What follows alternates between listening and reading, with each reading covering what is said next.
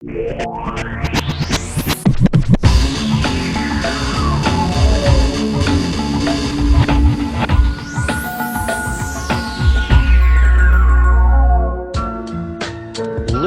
and remember, what we're talking about is propaganda. We're not talking about the truth. We're talking about propaganda. Watch this. Good evening to you. Welcome to the news feed of RapNews, transmitting through on Juice Media. As you should be aware, the UN and its members hold a meeting in Copenhagen 7th December. A new committee, which a few have written is the most important diplomatic gathering in human history. The first was Earth Summit in '92. 17 years on, climate change still divides views. Is the crisis true? Is it definitely our fault? Former Vice President Al Gore. Howdy. Mr. Gore, there's a skeptic core vocally expressing the contention that your text is flawed. Listen, y'all, we can no longer sit on the wall. Our roller coaster is headed for a fall. The mission is still to reduce emissions that kill, but do we have the political will? With C on this still, no need to be clever to see that CO2 and world heat go together. It goes way off the tip. I need a crane to see the top, but if we don't stop a bit, we're headed straight for apocalypse. It's obvious. Okay, it's time to debate perspectives. This is Lord Monckton, the climate change skeptic. Lord Monckton, how do you do? Climate change, what are your views? My views? Well, I can explain.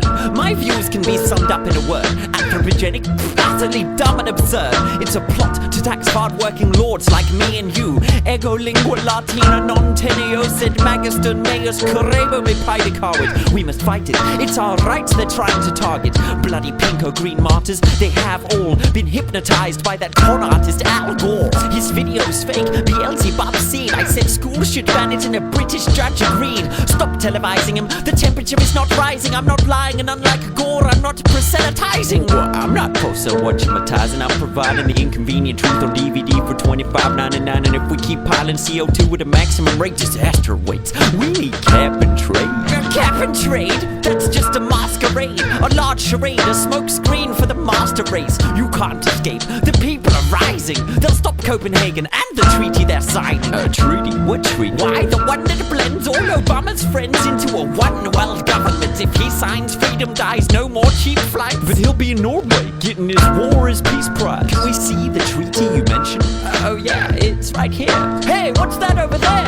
Oh, you don't need to see it. I remember the words. They want to tax our wealth for the developing world. And you don't feel obliged to provide some assistance when we still generate 90% of emissions? We're not in debt for emissions. We made the empire. The natives should pay us for elevating them higher. The queen kept the money, the poor get the boot. Now they're running little schemes trying to play us for our loot. Speaking of proof, have you seen inconvenient truth? I found 35 fallacies that need to be removed. 35? Maybe that's why the Academy liked it. Look, it ain't perfect, but it's backed by science. Backed by science, trying to attract high finance. Keep average guys blind and taxed by tyrants. Sure, Viscount, you care for average guy's crisis. Weeping in your castle as the black tide rises. And prices? The IPCC are Marxists, trapeze artists, bleeding the free market. We're the target. They'll keep us herded in corners. One currency, one government, a new world order. It's better than the corner. Let this fact just sink in. World, unite or face the sick mass extinction. A feedback cycle, the death of the Gulf Stream. We need clean coal or it's the end of the Holocene. That's just postulated. We've got to collate it. Secretly, these people want the earth depopulated. A communist dictatorship, a way station.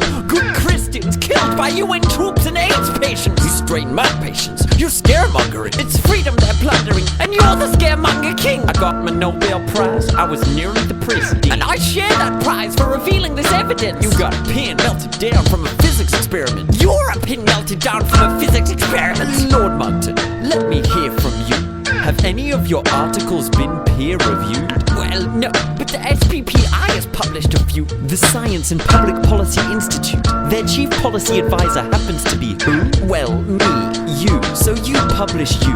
I think we've heard enough from you. People, please, research the truth. Nowadays it isn't tough to do. Mr. Gore, Robert, we need global governance. A new world order to replace local governments. And I suppose who better to comprise it than the very same people who altered the climate? Well, sure, who else? Perhaps the same ones who took care of the planet and until we came along. Okay, Pocahontas, what kinkiness you into? Want us wearing loincloths, living in igloos? People need to just carry on. We have schemes to offset emissions by planting trees. Money for new trees? Why not use it to assist local tribes to preserve forests that still exist? Would that make me more rich? No, tax is the way. And if that just fails, I'll become Captain Tree!